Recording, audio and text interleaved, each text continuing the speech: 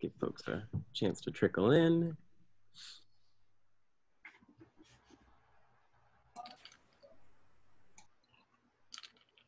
Well, hello everybody, and welcome to another McNally Jackson virtual event.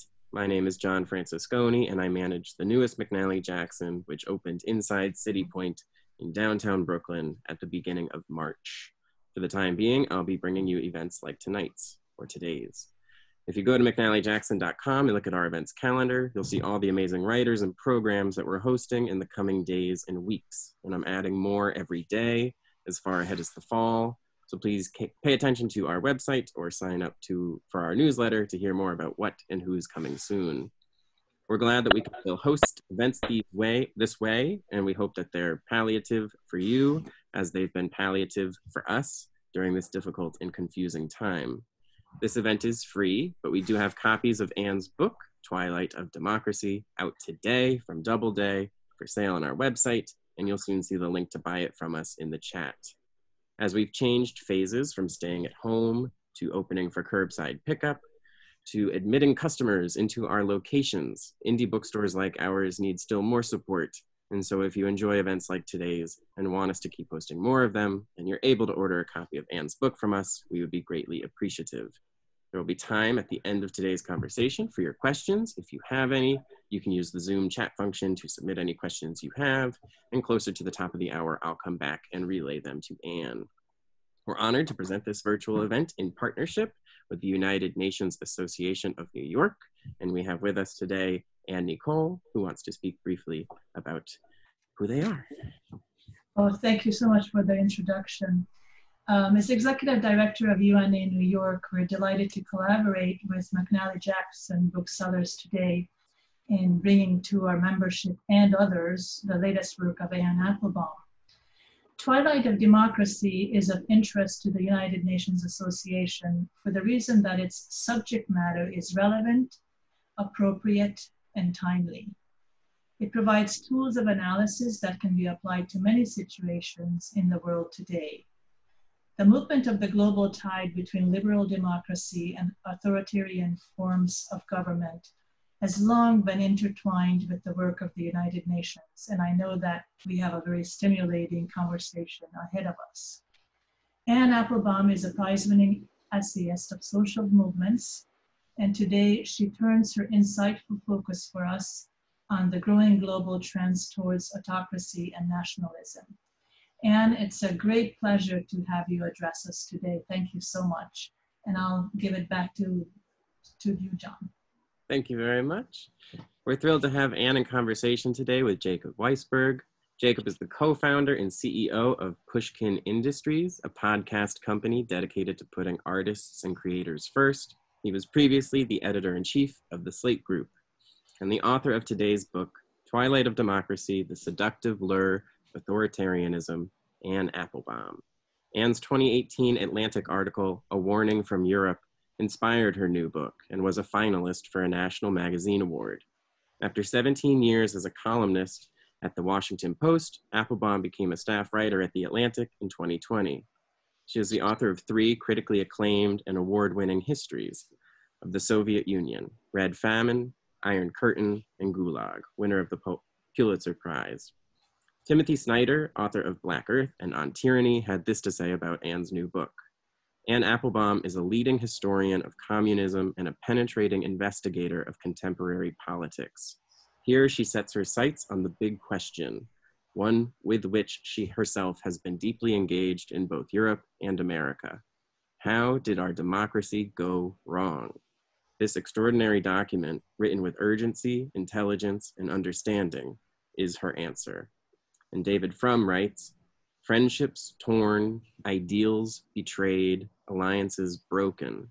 In this, her most personal book, a great historian explains why so many of those who won the battles for democracy or have spent their lives proclaiming its values are now succumbing to liars, thugs, and crooks. Analysis, reportage, and memoir, Twilight of Democracy fearlessly tells the shameful story of a political generation gone bad. And with that, I'll pass things off to Jacob. Great. Well, hello, everybody. And I want to first thank Anne Nicole for sponsoring the event and to John for hosting it. It's very nice to be in a bookstore again, even if it has to be a virtual bookstore. But McNally Jackson is one of my favorites. And I want to make sure you all at least see this book, which is very elegant and to its great credit, very brief and to the point. This book is, among other things, very, very efficient and quick and engaging read. So I want to start above all by recommending it. And then I want to recommend Anne a little bit, who is, not only an old friend, but for me, the person who first sounded the alarm about so much of what we're dealing with now in the United States. And I think, she had special insight, not only because of her work as a historian, as a journalist, but because of her orientation toward around Eastern Europe and her experience in the Soviet Union. And when we started to see manifestations of authoritarianism in American politics, I think a lot of us did have the reaction that it can't happen here, that it would remain permanently a kind of fringe movement, something we didn't have to take very seriously.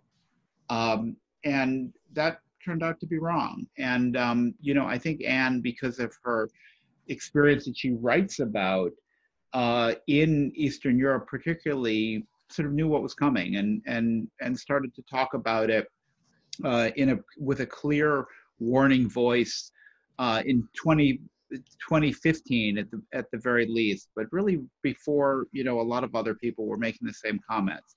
So, I think I read the book with that in mind. And the first thing I want to ask you, Anne, is with the perspective you have on the global perspective on authoritarianism, why you have focused the book in the way you have on the role of the people who are sort of accessories to authoritarianism. I mean, you might call them the intellectuals, but in a lot of ways they don't. Many of them aren't intellectuals and, either don't deserve or don't get that as an appropriate description. They're people who are publicists, pundits, commentators, propagandists. Some of them are intellectuals or were intellectuals.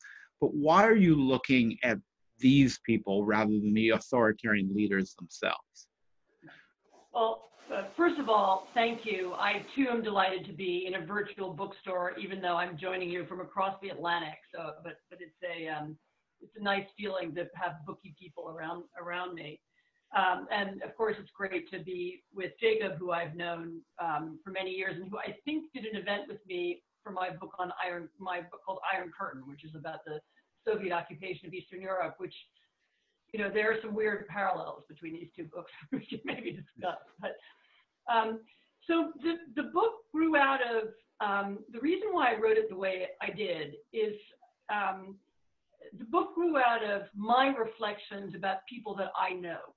And it started with me thinking about people who I had known over 20 and sometimes 30 years, firstly in Poland, then later I started thinking about people in Britain and the US and elsewhere, and who I felt had made a kind of political journey, and who had been on the center right or part, they would have called themselves Reaganites or maybe Thatcherites.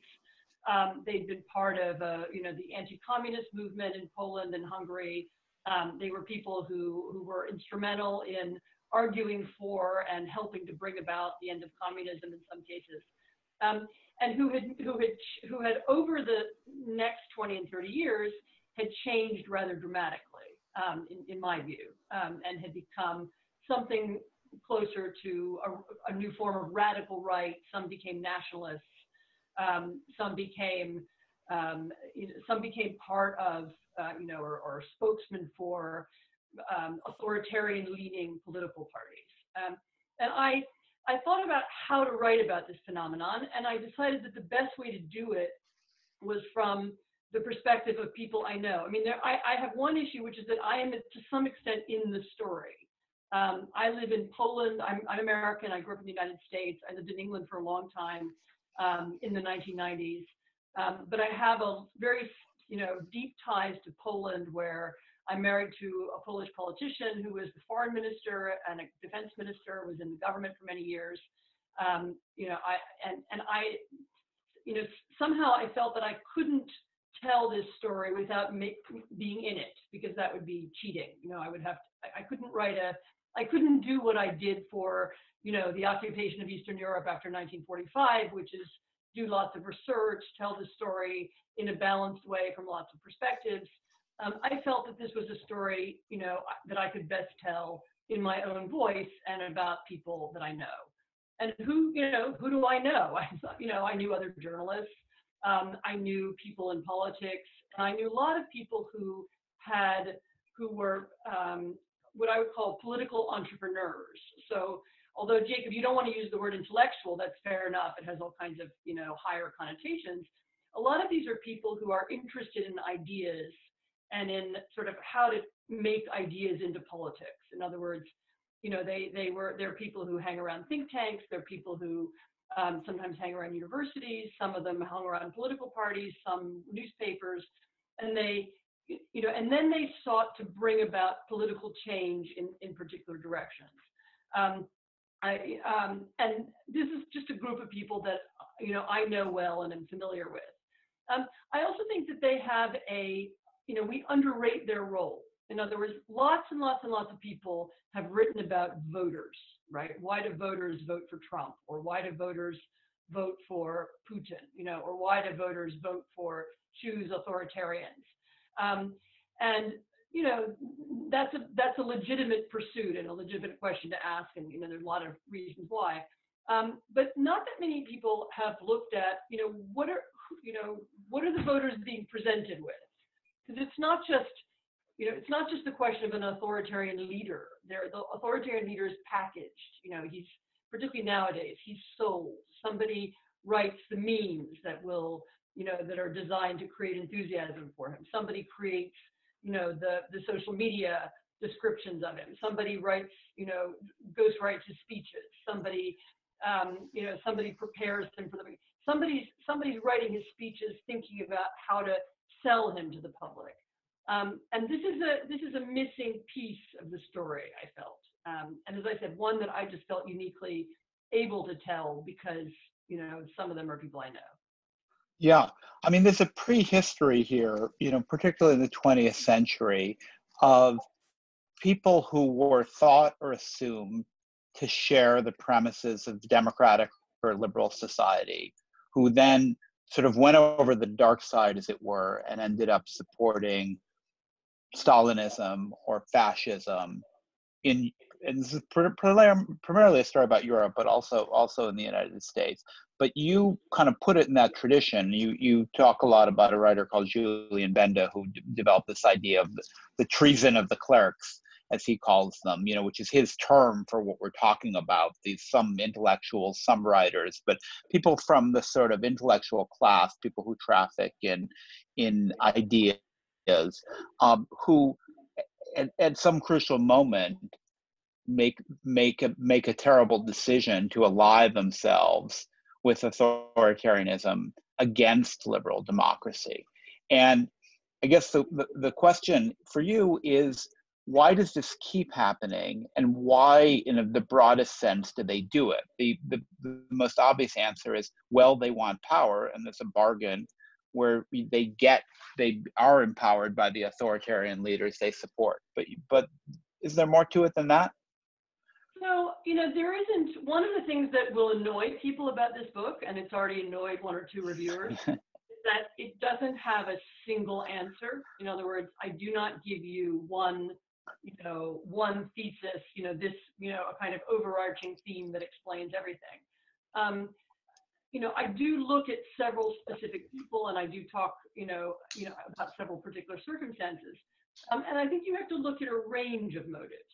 And so you're absolutely right. Some of the motives are to do with power, people who feel, and particularly you get from intellectuals or journalists who feel they were somehow excluded or they're owed something more, that they're, they've been left out by the elite or by some other group of intellectuals or by, some other group of, journalists or thinkers who aren't including their ideas. And that's a very common phenomenon. So there's sometimes almost a kind of resentment that leads people to attach themselves to illiberal political movements. Sometimes sometimes they're true believers. I mean, there are people who have talked themselves into believing that their societies have failed. This is a particular theme that you can see over and over again from the 19th century into the 20th century and right up into the present. That modernization and the very rapid social changes that it brings, for some people, presents a kind of crisis. Our society is losing something. Whatever, we're losing tradition. We're losing our old heroes. We're losing our old folk ways, the ways that we used to do things. And there's a kind of cultural pessimism or cultural despair, which is the language used by another writer that I talk about. And there are a lot of if you listen to the language of presenters on Fox News. I talk about Laura Ingraham, but you can hear it from Tucker Carlson as well. Sometimes their language is designed to appeal to precisely that. We've lost something, we're missing something, and we want it back. So sometimes there's that emotion as well. I mean, money is a reason, ambition is a reason.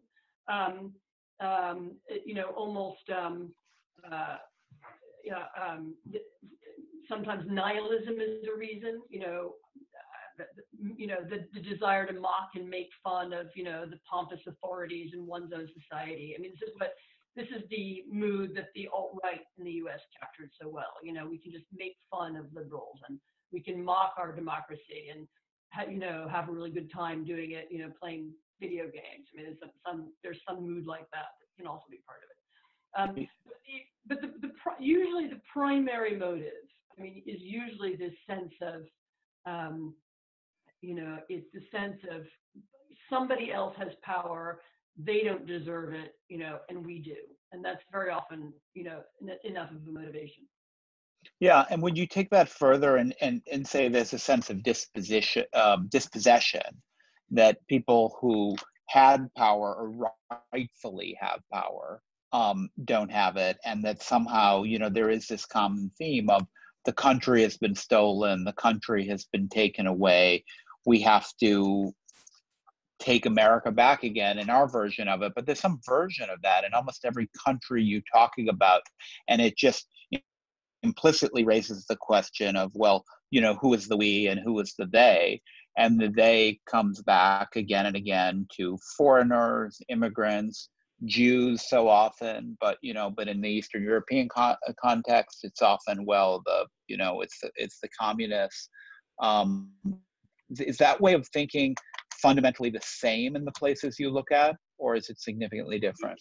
So maybe the kind of thought pattern is very often the same, although, one of the oddities is that, a lot of this is about tribalism, right? Our tribe, we're the real Poles, or we're the real Frenchmen, or we're the real Americans, as opposed to them, whatever, the elites, the foreigners, the people who don't really believe in our country.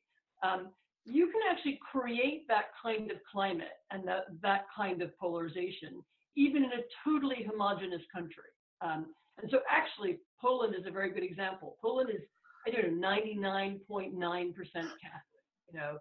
Everybody is Polish. Everybody speaks Polish. There's tiny fringe minority groups, but really it's an overwhelmingly homogenous country. And yet it is a country where they have managed to create these kind of two deeply polarized tribes who hate each other, as much as if they were, speaking different languages and had different skin colors and belonged to different ethnic groups. And so and of course we have a phenomenon like that in the United States where, blue America and red America. There's, we still have a large group in between, but there is there are tribes on both sides who also now identify one another as, really profound enemies in a deep way. So yes, the mechanism of thinking that someone has stolen our country from us, and it's, as you say, it's the Jews, it's the foreigners, it's the immigrants, it's the communists, it's the fascists, whoever it is, you can say that, but you can also create that same instinct, the usurpers or the unpatriotic citizens are in charge. I mean, you can create that kind of division, and you can do that kind of politics, even in a country where there isn't any ethnic division. Yeah, I wanted to talk about Eastern Europe a little more before we get back to Laura Ingraham. I thought it was so useful the way you sort of bring us up to date on what's happened in Poland and Hungary by picking out a few of these exemplary, but not in the positive sense, individuals and stories, because here, even if you follow that part of the world, you lose track of election to election and, what liberal protection is being suspended and, where the rule of law, how much of it is left in one country versus one of its neighbors.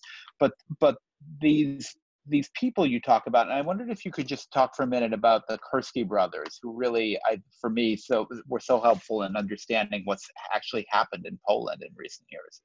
Yeah, so it's in Poland a very famous example. So there are two brothers. They aren't twins, but they're about 2 years apart in age.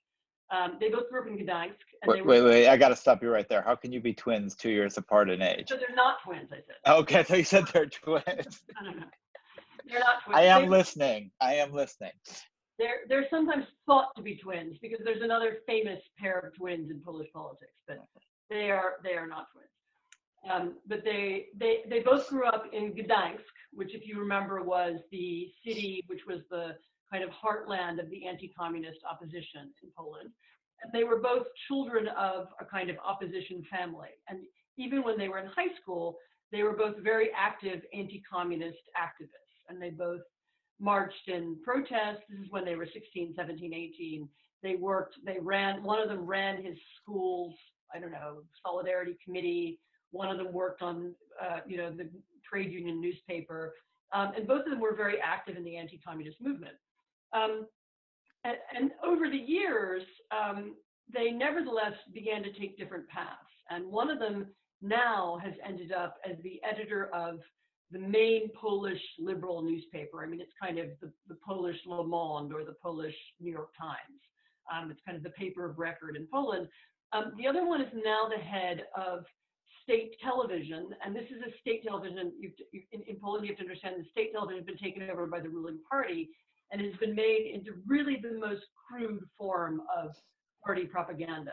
So just to give you an example, during the last presidential election, which took place a few days ago, state television put out these constant stories about what they call LGBT, which is just an acronym, English acronym that sounds weird in Polish. It was about how if the opposition candidate won, basically your children will all be forced to marry, into gay marriages. The National Independence Day parade will be replaced with gay pride parades. In other words, it did this extraordinarily virulent, nonstop homophobic propaganda. And this is on state television, which has the imprimatur of the state and is watched, but there's about 30% of the country that doesn't get any other television because they can't afford cable or it doesn't reach their part of the country. So one of them is, running an independent paper, and the other one is putting out really quite extreme, by any standard, far right, homophobic, anti-Semitic sort of propaganda every day. So the question is, what happened to them? The book goes into some detail about their lives.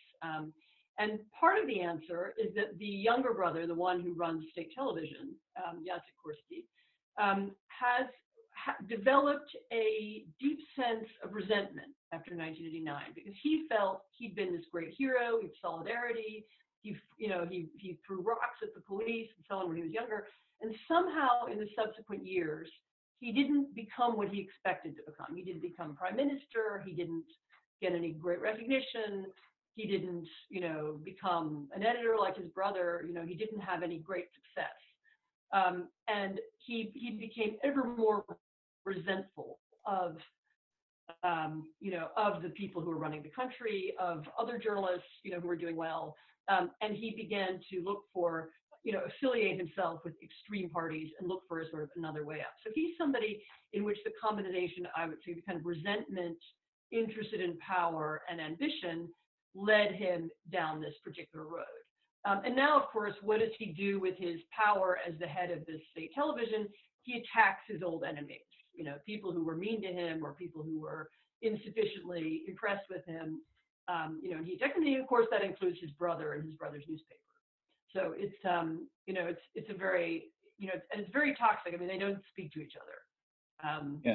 And they don't, I think they rarely see each other. I think when their mother died, they were both at the funeral. But other than that, they live totally separate lives. So, but this is an illustration of how, the development of one's life, how you evolve as a person can also affect your politics. And to me, that's really fascinating because, I have watched different people make, political decisions over the years. And I think we just underrate how much one's personal experience and one's, one's contacts, one's friends, one's alliances can push you in one direction or another. Yeah. Well, sort of bring the analogy here then. I mean, having, watched Polish state television and you talk about how crude it is, then you see Fox News, and is it a version of the same phenomenon? Is it moving in that direction? Or is it, do you think there are sort of limits on it here, either in terms of how bad it will get, or in terms of how much influence it can ultimately have? I mean, Fox News has already evolved enormously. So I used to occasionally get asked to be on Fox News. I've been on it in the past. And other people who are now either on the left or the center right used to be featured on it. And it's also, Fox News is much more of a, it's more sophisticated. So there are some programs that are fairly neutral. And then there are mostly these hosted programs, Tucker Carlson, Laura Ingraham, which are truly virulent now, and don't really pretend anymore. I mean, they're sort of, they're opinion programs. They don't really pretend to be, they don't pretend to cover anything neutrally.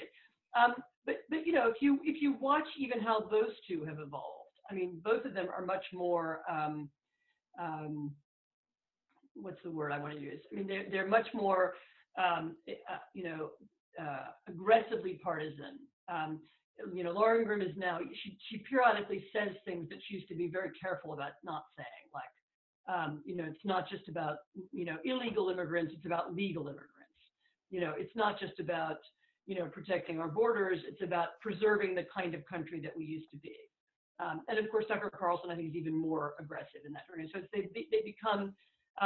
they become clearer in their messaging to their audience that this is about, that what they're talking about is preserving white America or preserving a hierarchical America or preserving something that they fear their audience has lost. So both of them are very much, I would say, using these kinds of tactics to transmit to their watchers this feeling you're part of a tribe. We need to unify together against the foreigners, the Dems, the libs, the immigrants who are trying to destroy us.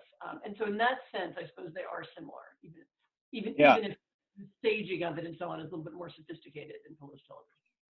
I mean, here too, as you write, you're part of the story, or at least you have strong reference points in the story.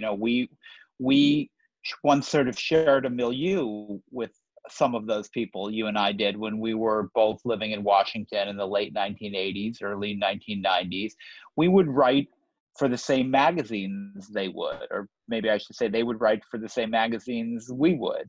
But the idea that one of us would, publish an article in the American Spectator or the National Review, and was common practice.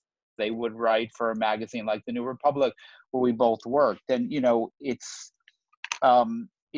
a mystifying experience to see. I mean, none of those people were particularly friends of mine, but I knew them. I knew most of the people you talk about slightly. You may have known some of them better, and we did assume that they shared certain basic values with us. Yes. I would say we assume that and it's been. Whoops. We still have you on. Oh, sorry, there was just a little glitch. Yeah. No, so I mean, absolutely. I mean, I wrote for the National Review. I wrote for the Weekly Standard. I wrote for the New Criterion. I wrote for all these conservative magazines. And, you know, but I think the other thing that existed in the 90s is we were still, you know, this was still the tail end of the Cold War. And a lot of these big coalitions that had been created, you know, bipartisan coalitions, you know, that had been created to sort of to fight the Cold War and to create a kind of common, you know, decade in, decade out American foreign policy, were still at that time together. But if you think about who was part of that Cold War coalition, you know, in fact, it had different components. So there was, for example, you know, people who were Cold Warriors because they worried about Russian influence and grand strategy and nuclear weapons.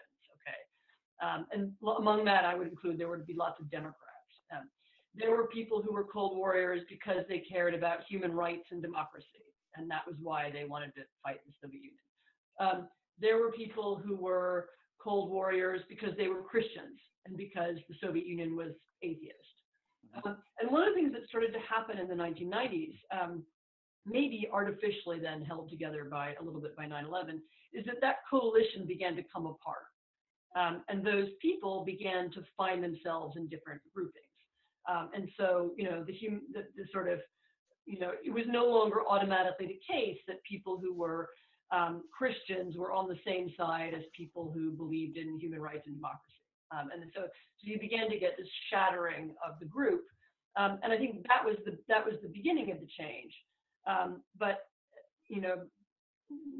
but still, the events of the last 3 or 4 years, you know, I think have to be explained, you know, in a deeper way. I mean, you were just alluding to it. So some of the members of that group, and we're talking, this is explained in the book. So again, people who were journalists, they were, you know, sometimes they worked for the Republican Party. They were sort of, young conservative staffers. So it is true that some of them have now gone off in a direction which is much more clearly not only not interested in democracy, but kind of scornful of democracy, not interested in promoting it abroad, not mindful of it at home, and seeing themselves more and more as at war with people like you and me, even though we all used to be kind of more or less the same side. Yeah, I mean, but they're even beyond that. You know, the premise, for example, that the mainstream press makes up stories. Now, that's something that, you know, anybody who's worked as a journalist in any way knows is sort of fundamentally not true. Journalists make lots of mistakes, but there are no stories in the New York Times that are intentionally false. But that has now become a standard claim of everyone in this group you're talking about, people who are sympathetic to the authoritarian right, and they dismiss information they don't like by calling it fake news or propaganda. When did that become an acceptable position for an American conservative? You know, it's something you never would have heard in the 1990s or even the 2000s, I don't think, except from as an extreme fringe perspective. I mean, I think it starts during the Obama administration. And I think the Obama administration, for a lot of them, was first of all, it was an experience of, the rise of a charismatic Black president who seemed, at least initially, like he was going to be able to create, a permanent majority, for his views, and the consequent need to prove him illegitimate and to undermine him at every stage, which was the tactic of the Republican Party, and then it gradually became the tactic of the Republican media. I think that was the beginning of this. I mean, one of the really, really important sort of events or whatever, however, phenomenon in American public life was the phenomenon of birtherism, which I ignored, I underrated. The idea that the president isn't really the president. He's an illegitimate president. He was born in Kenya. He's not really American. Sometimes there was a hint that he's Muslim. He's foreign. I mean, and something like 25% of Americans believed that. So that means that 25% of Americans believed that we had a fake president, an illegitimate president who was, mysteriously or secretly or somehow forced upon us, by some cabal of whatever, media and, and the system. And once enough people began to believe that, and the right-wing talk show hosts, began to understand that they could get huge, enormous amounts of attention and sort of, create all kinds of energy and anxiety by talking about that. Once they discovered that, I think that was really the beginning of this idea that we can use this growing distrust in our favor. In other words, this was, the game was to create distrust. How do you delegitimize the Democrats? How do you delegitimize the media that write about them?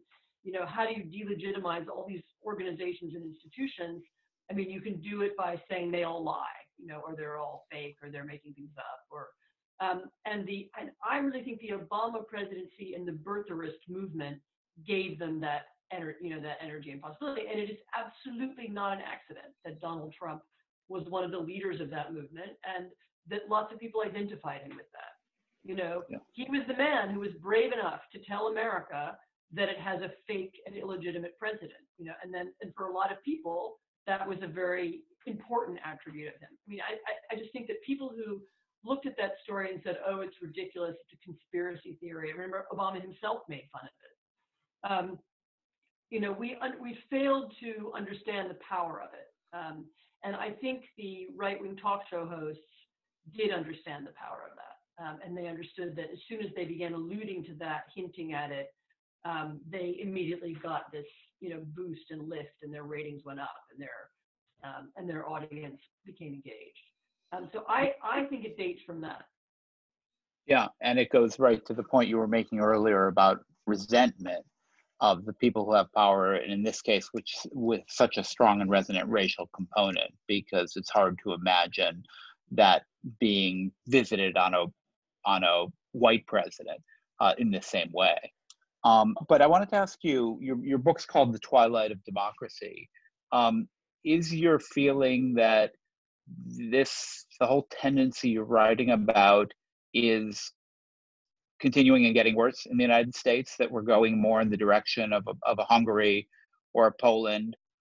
Or do you think this is something we could come out of depending on the result of this year's election? And do you think this will be a strange episode, or do you think we're on this path? It's funny. Somebody recently asked me what I thought was going to happen in 2021, and I said it depends what happens next. And only then did I realize what a stupid answer that was. But there's an answer like that to your question too.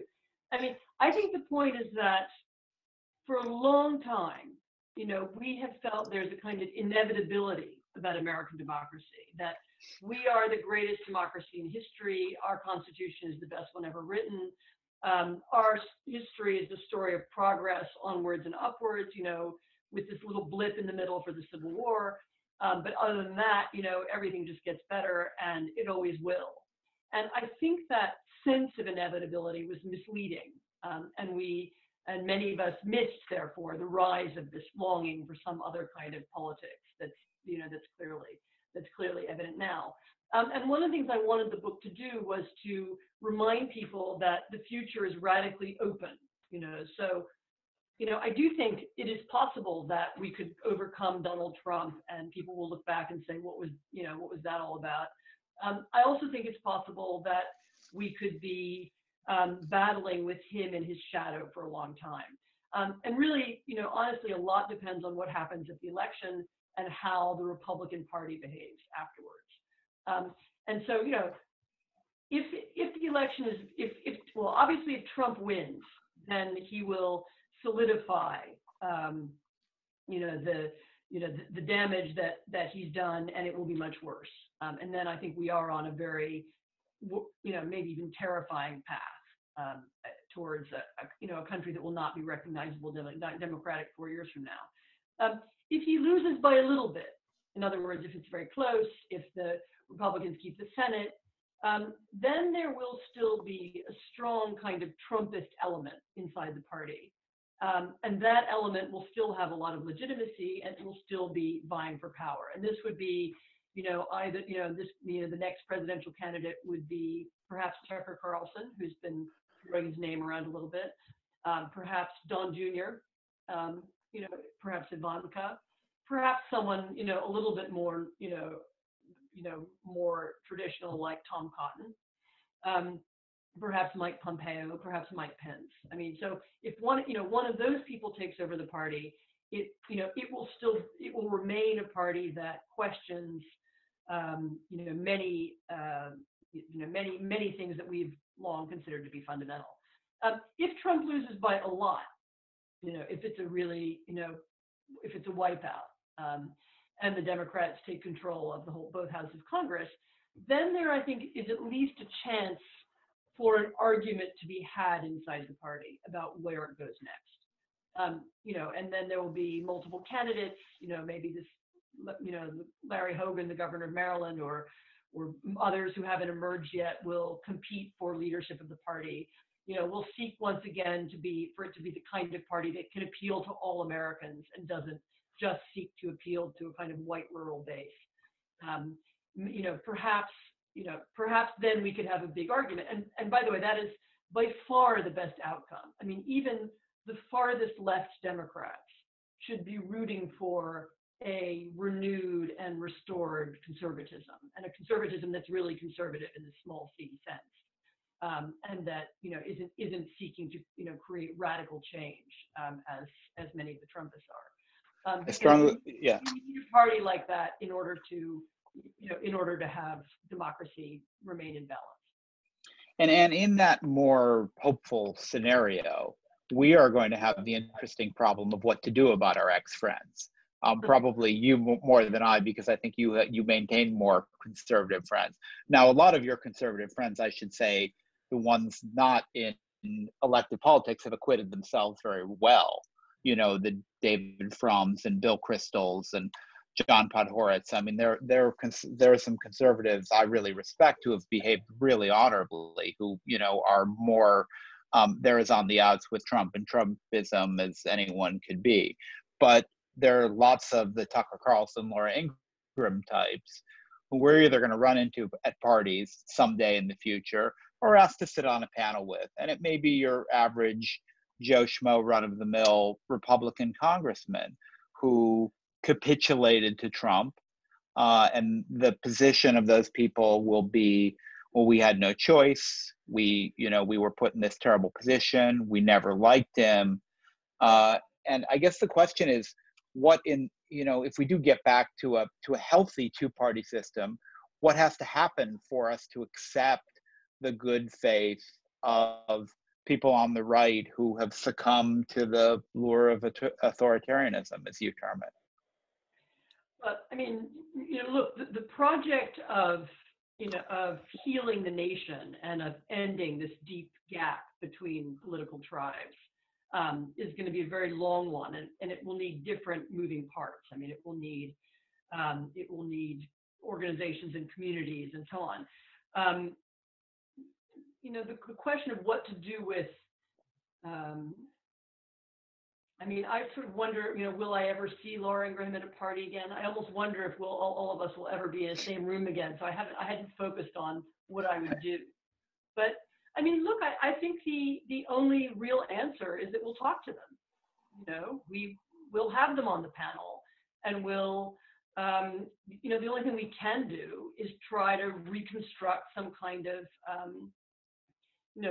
of common public sphere again, where we agree on the ground rules and we don't, make bad faith claims that, the New York Times is always lying, or we don't, we attempt to bring them back in. I mean, it's almost like the kind of dilemma that countries have after they have civil wars. The question is, what do you do with combatants on the other side? And there's never a very good answer.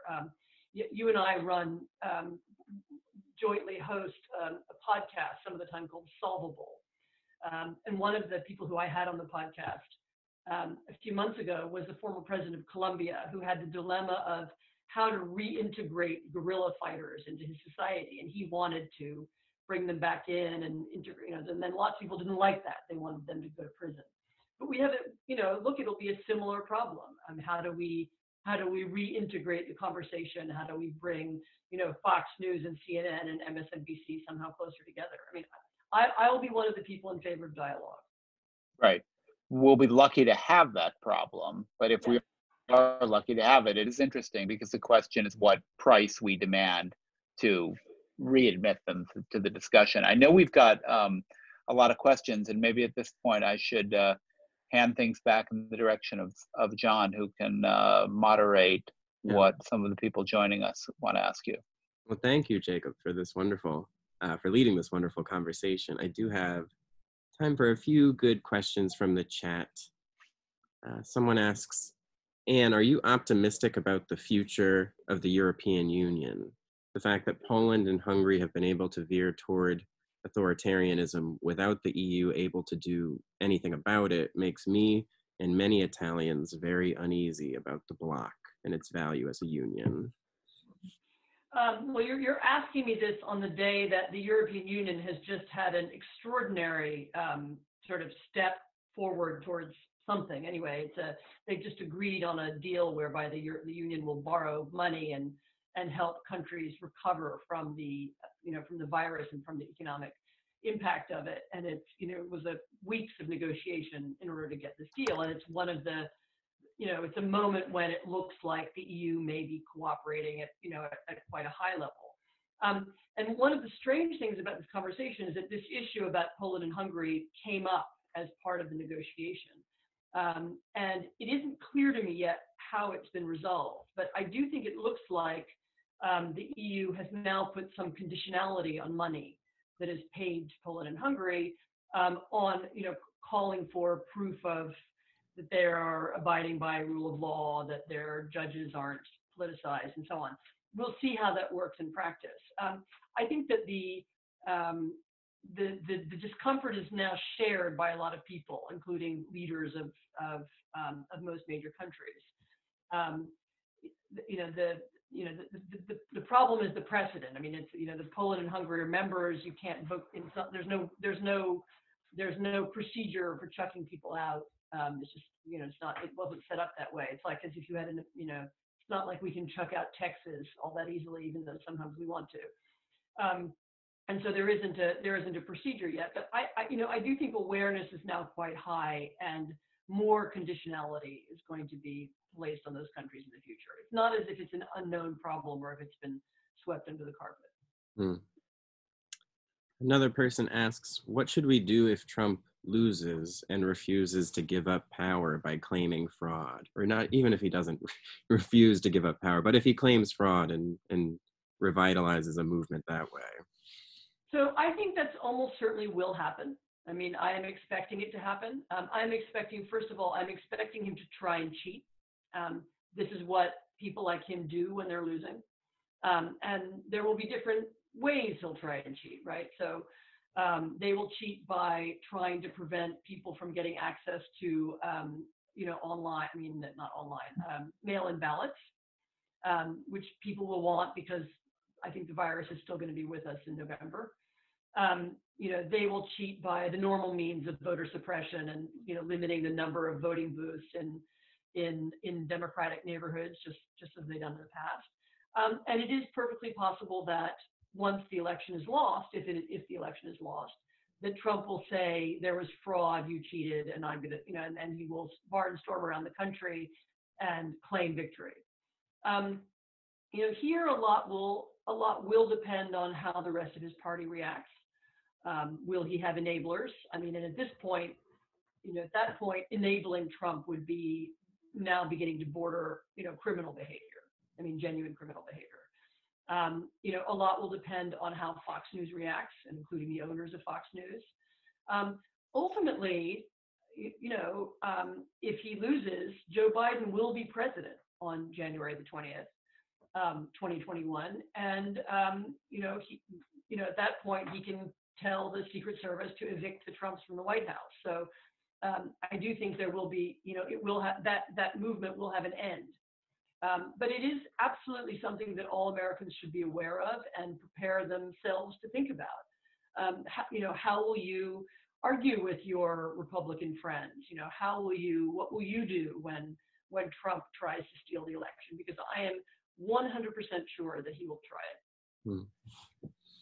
Another question from the chat. Do you think the roots for this development, presumably the lure of authoritarianism, can be found in early education, when no child could do wrong and each child was praised regardless of how the child performed? Hence now the resentment if he or she cannot obtain a position for which he or she believes has equal qualification as the next person. Do you see the roots of what you describe in your book in early education?